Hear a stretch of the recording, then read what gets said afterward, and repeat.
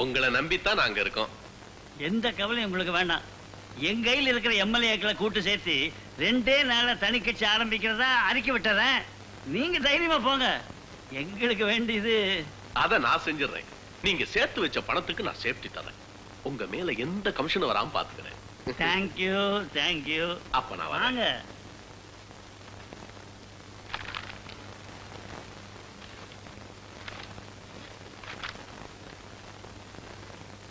வணக்கம் TMR. Hello Chamaraj, வாங்க வாங்க. வணக்கம். இதெல்லாம் என்ன சாமராஜ்? வெடிகுண்டு நினைச்சு பயந்துட்டீங்களா டிஎம்ஆர்? சேர்த்து வச்சுக்கிற பணத்துக்கெல்லாம் சேஃப்டி தரணும் வந்துட்டு போனவங்க சொல்லியிருப்பாங்களே, அந்த பணம் பறி போனாலும் நான் உங்களுக்கு பணம் தரேன். அதுக்கு இது கேரண்டி. பெட்டி நிறைய 100 ரூபாய் நோட்டு அடுக்கி வச்சிருக்கேன். குத்து மதிப்பு எவ்வளவு இருக்குன்னு யோசிச்சு பாருங்க.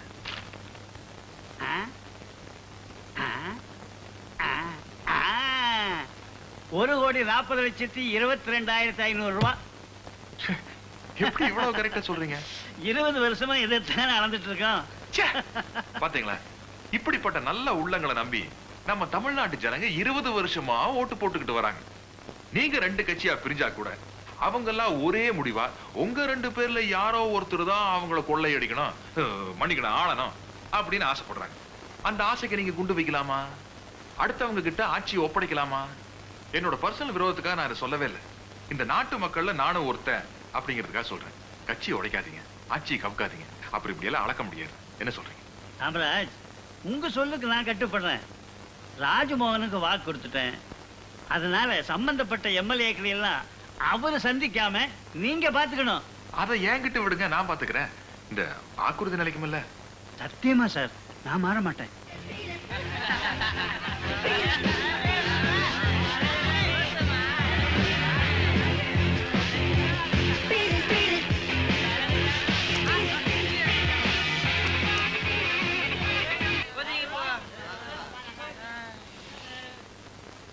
நாட்டு மக்கள் ஓட்ட வாங்கின எம்எல்ஏக்கள் எவ்வளவு நாகரிகமா நடந்துக்கிறீங்கன்னு இப்ப நான் போட்டோ எடுத்துட்டேன். உங்க யோகியதையை நான் எல்லா பத்திரிகையிலையும் போட்டேன்னா உங்க கதி என்ன ஆகுறது? கடத்தல்காரன் காசு பெருசா இல்ல நாங்க பெருசான்னு யோசிங்க. நீங்க அத்தனை பேர் ஆளுங்கட்சியை விட்டு விலகி தனி கட்சி ஆரம்பிக்க போறதா இந்த பேப்பர்ல கையெழுத்து போடுறீங்க.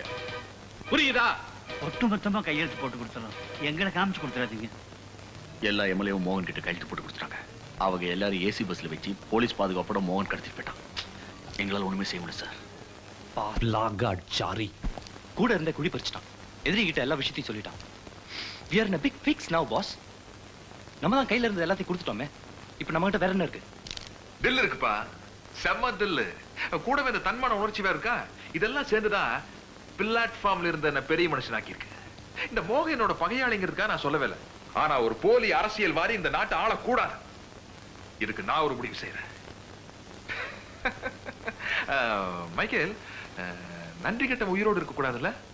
நானும் அப்படித்தான் நினைக்கிறேன். இந்த டிகே உயிரோடு இருக்கணும் கூடாது. குத்திட்டு சார், நான் எப்பவும் போல பாதுகாப்பா முன்னால போறேன். நீங்க உங்க கார்ல தான் வர போறீங்களா? ஆமா, அதுல என்ன சந்தேகம்? இல்ல, உங்க பர்சனல் கார்ல வராம வேற கார்ல வந்தா நல்லா இருக்கும்னு நினைக்கிறேன். ஏன், எதுவும் ப்ராப்ளம் வரும்னு நினைக்கிறீங்களா? இல்ல சார், சாம்ராஜ் இன்னும் அரெஸ்ட் ஆகல.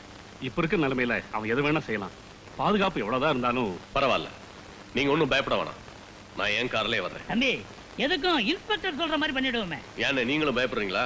பாதுகாப்பு பலமா இருக்கும்போது ஏன் பயப்படணும்? அதானே, நேரமாச்சு கிளம்புங்க. இன்ஸ்பெக்டர் புறப்படுங்க.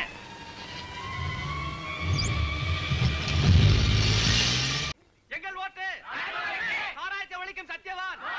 எங்கள் ஓட்டு ஆராய்ச்சி ஒழிக்கும் சத்தியவான். எங்கள் ஓட்டு ஆராய்ச்சி ஒழிக்கும் சத்தியவான். வெளியில கோஷத்தை கேட்டீங்களா? சாராயத்தை ஒழிக்கிற சத்தியவானா நம்ம ஆளு. மக்கள் கிட்ட அப்படித்தான் நடிக்கணும் சின்ன பிள்ளை. யோக்கியனா வேஷம் போடணும், அத பார்த்தவங்க கோஷம் போடணும். அதானே அரசியல். கரெக்டா சொன்னீங்க. ஏழையின் சிரிப்பில் இறைவனை காண்போம் அப்படின்னு சொல்லிக்கிட்டு 10 வருஷம் பதவியில உட்கார்ந்துகிட்டு இருக்கானுங்களே, இவனுங்க எந்த ஏழைய சிரிக்க விட்டானுங்க? எவனாவது கேட்டானா? சார், வசந்தபால வராங்க. யோ, வசந்தபால வராங்க, எந்திரியா. வாங்க வாங்க வாங்க வாங்க. ஒரு ரவுண்ட் போடுறீங்கடா.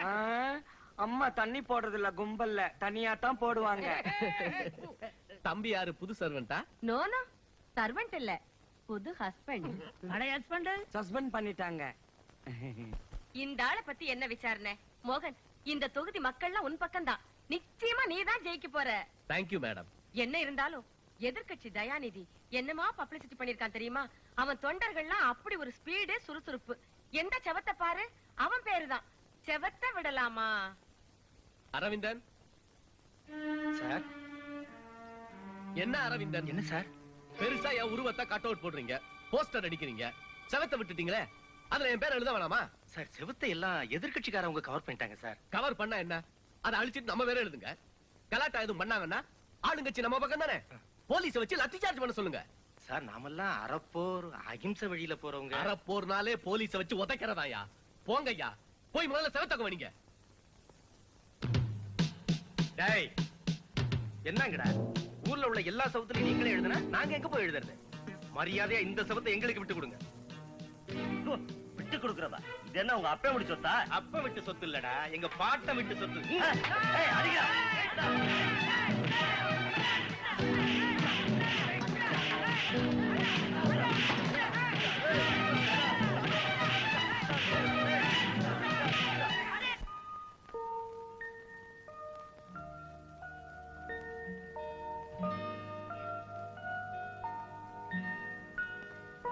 தம்பி ராஜமோகன் எங்க தலைவர். வணக்கங்க.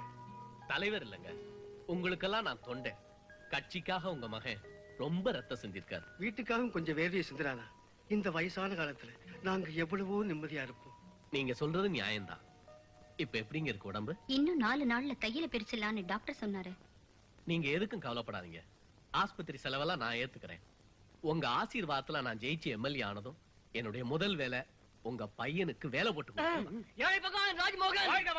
யோ, என்னைய அது ஆஸ்பத்திரியில எல்லாம் சத்தம் போட்டு- தெரியாதனமா கூட்டிட்டு வந்துட்டோம், என்ன பண்றது?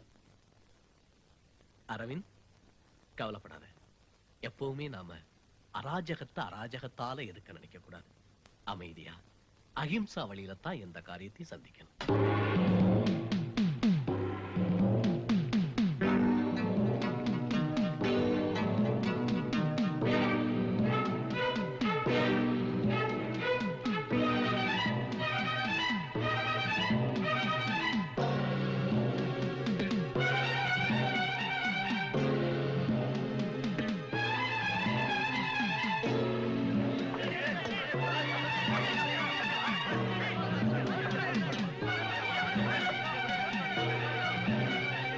நிதி கொடுக்கறவன் யாரா இருந்தா உனக்கு என்ன?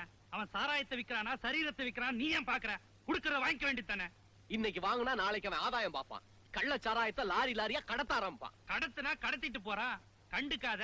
கள்ளச்சாராயம் காசுறதான் இன்னைய குடிசை தொழிலே. உங்களுக்கு முன்னால இருந்த தலைவர்கள்லாம் இப்படித்தான் சின்னவங்களுக்கு அறிவுரை சொன்னாங்களா? அவங்க எல்லாம் எவ்வளவு சுத்தமா வாழ்ந்தாங்க. சுத்தமா வாழ்ந்த தலைவெல்லாம் என்ன பெருசாயிட்டான்? கருப்பா சிலையாகி காக்கா குருவிக்கு கக்கூஸ் ஆயிட்டான். பெனாயில் ஊத்துறதுக்கு கூட ஆள் இல்ல. சுத்த விவரம் புரியாத ஆளா இருக்கிறிய. கட்சியினுடைய கஜானா யார் தெரியுமா? இவன மாதிரி 4 பெரிய மனுஷன், பிசினஸ் மேன் தான். அவன் கொடுக்கிற காசுல தான் காரியமே நடக்குது. உன்னை பத்தி எனக்கு நல்லா தெரியும். சாராயத்தை எதிர்க்கிற பேர்ல சாம்ராஜ்யம் எதிர்க்கிறேன். தலைவரே, உணர்ச்சி வசப்படாதப்பா. நீ வேணான்னு திருப்பி அனுப்பின பணத்தை சாம்ராஜ் கிட்ட நான் வாங்கிட்டேன். இப்ப அந்த பணத்துல இருந்தா உனக்கு நிதி கொடுக்க போறேன். அதை நீ வாங்கிக்குவேன்னு தெரியும். ஏன்னா நீ கை நீட்டி வாங்கலையே, நான் தானே வாங்கினேன். தலைவரே, நீ கை நீட்டி வாங்கினா உன் இமேஜ் கெட்டு போயிடும். உன் இமேஜ காப்பாத்துறதுக்காக நானும் கட்சியும் கெட்ட பேர் வாங்கலாம் இல்ல? போதும். நான் உங்ககிட்ட நிதி கேட்டு வந்தது என் முட்டாள்தனம். அந்த சாராய சாம்ராஜ்யம் எதுக்கிறதுக்கு உங்க தயவு தேவையில்லை. அட மோகன், நில்லுப்பா. தலைவரே, நான் இனிமே உங்களை இந்த ஆபீஸ்ல சந்திக்க மாட்டேன். நம்ம அடுத்த சந்திப்பு அசம்பிளில தான்.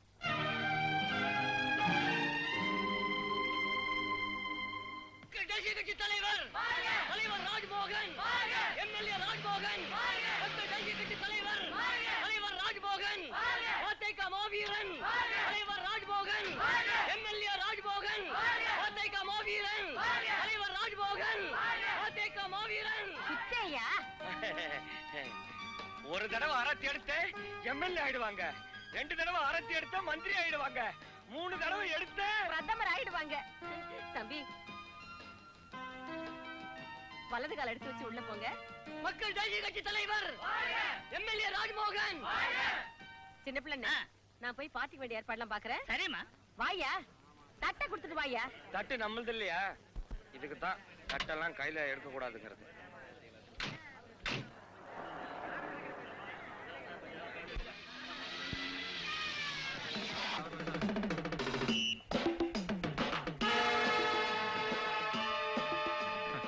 இவனுங்களுக்கெல்லாம் ஒரு கொடி.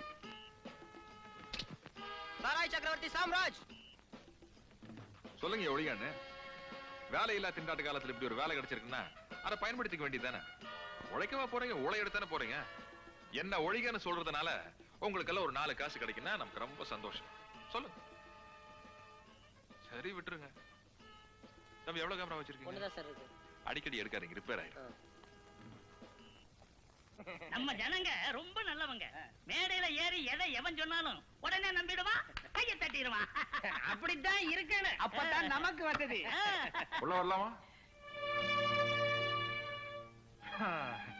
குட்டுமா, எம்எல்ஏ ஆனதுக்கு அப்புறம் கூட என்ன பார்த்து மரியாதை எந்திரிச்சிட்டியா? ரெஸ்பெக்ட்ல எந்திரிக்கல, காலுக்கு ரெஸ்ட் கொடுத்தது போதும்னு எந்திரிச்சேன். Very very good. நல்லா சமாளிக்கிறப்பா. அரசியல்வாதி இல்லையா? அப்புறம் சார், எல்லாரும் அப்படியே கொஞ்சம் காத்தாட வெளியே போயிட்டு வரீங்களா? ஒண்ணு இல்ல, பழைய ஃப்ரெண்ட்ஸ் வாடா போடான்னு பேசிக்குவோம். ஓ, ஜால்ரா போடணும் இல்ல, ஜுஞ்சக் தட்டுனா அப்புறம் வந்து தட்டுங்க.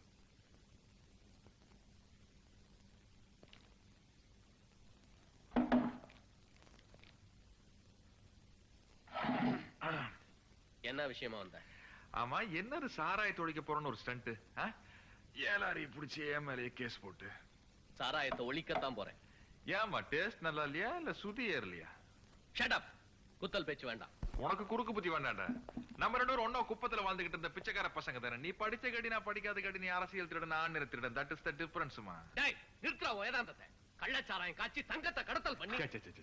ஏண்டா வெளிநாட்டுல இருந்து தங்கத்தை கடத்தணும், அதெல்லாம் தப்பா?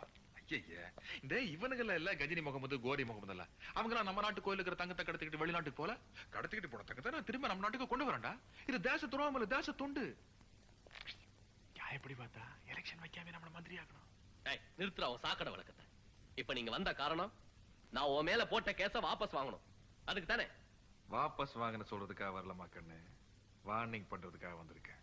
பதவியை வச்சுக்கிட்டு ஏதாச்சும் வித்த காட்டின வெட்டிடுவேன்.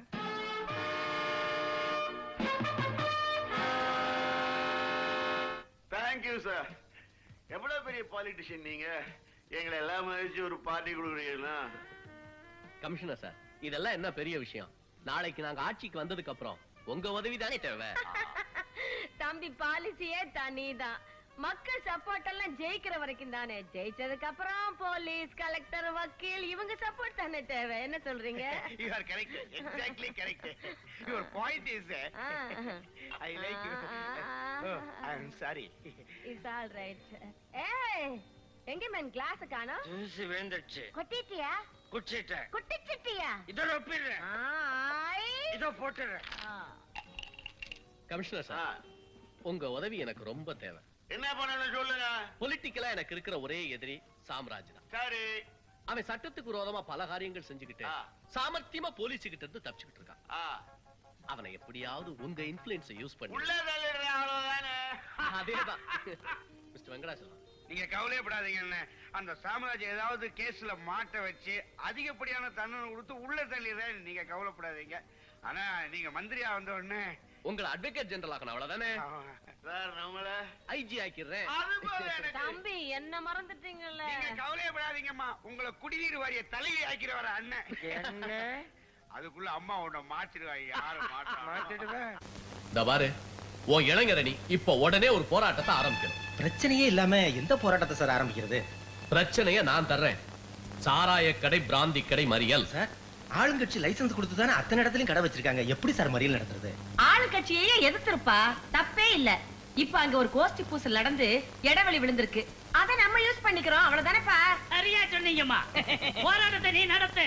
போலீஸ் வந்து ஆளுங்கட்சி அடக்குனா ஆளுங்கட்சியின் அராஜகம் ஒழிக ஒழிக அப்படின்னு கோஷம் போடு, தப்பே இல்ல. இந்த பாரு அரவிந்த், இது என் மானத்துக்காக நடத்துற போராட்டம் மட்டும் இல்ல, என்னுடைய சுய லாபத்துக்காகவும் தான். சின்ன பிள்ளை, அரவிந்த் கையில செலவுக்கு 10,000 ரூபாய் பணம் கொடுங்க. சரி, கொடுக்கணும் தம்பி.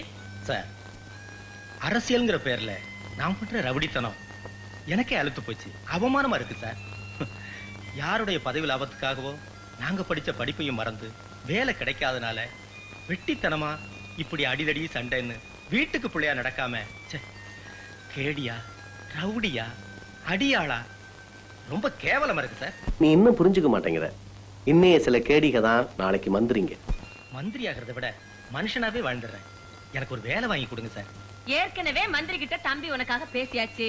நாளைக்கே உனக்கு அப்பாயின்மெண்ட் ஆர்டர் வந்துடும். முதல்ல இந்த வேலையை கவனிப்பா. Thank you sir. அமக்களமா வெற்றிகரமா போராட்டத்தை நடத்திடுறேன். நடத்து நடத்து.